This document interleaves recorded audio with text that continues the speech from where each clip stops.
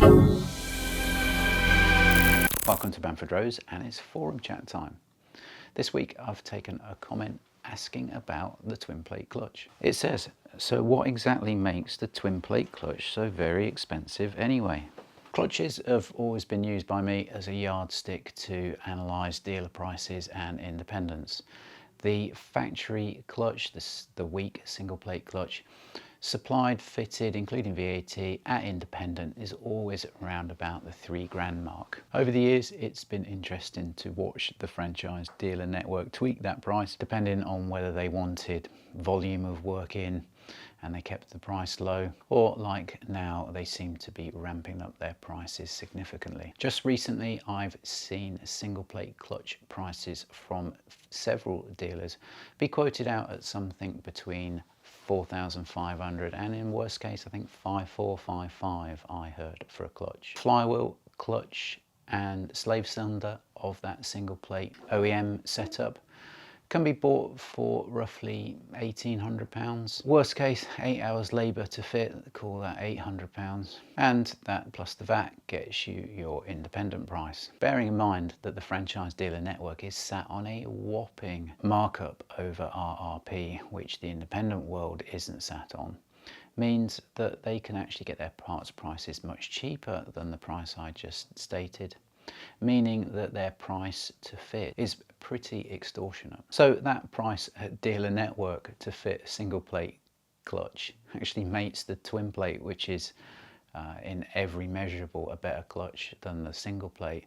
That twin plate clutch at independent seemed quite cheap. But let's break down the price of the twin plate clutch so we can see where the money is going. A decent single piece flywheel cut from decent billet, balanced to a decent standard, heat treated to a decent standard, is going to come in at about 600 quid per flywheel. We then have £1,200 where most twin plate clutch upgrades start life from the Valio kit. So that Valio V12 Vantage twin plate clutch, approximately £1,200, and a slave cylinder is going to come in at about £400. So that's 22 plus the VAT plus your 8 hours with the VAT.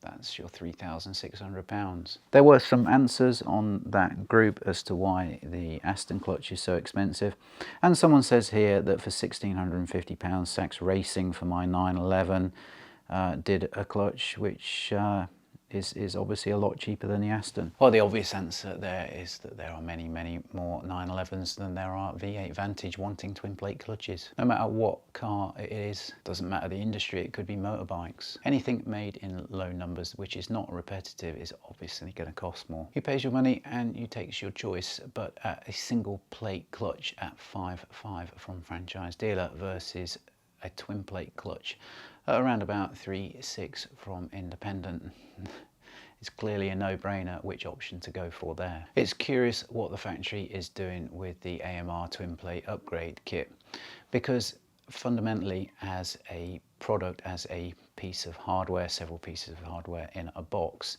those components cost way more than the single plate clutch, yet the cost between the two is quite comparable. The labour to install is the same, and the factory or franchise dealer network has almost like priced themselves out of the market of fitting a single plate clutch, but they only offer that AMR clutch for manual cars because they don't offer it for sport shift, which again is another curious observation. The engine, torque tube, gearbox is identical manual to sport shift.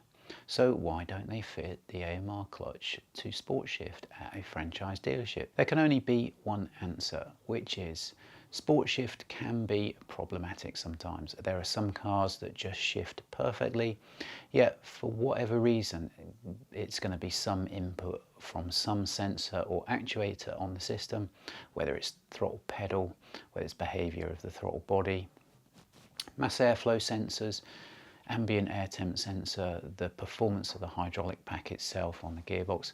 There are many inputs, and one of those just has to be slightly wrong, and shifts on the sport shift can be bad. Some cars take the twin plate clutch and behave perfect from the go. Other cars just need a little bit of fettling, and then where it was shifting problematically, you can find out what input it was unhappy with, fix that, and then that car is shifting fine again. The only reason the factory doesn't want to fit the twin plate clutch upgrade to the sport shift car is that they're just opening the door to a lot of shift and transmission complaints, which they previously closed the door to because those cars are outside a maker's warranty. If someone was living with very poor quality shifts on their single plate clutch and then they paid for an upgrade, well, they're not going to tolerate any poor shifting in any region. They've bought an upgrade.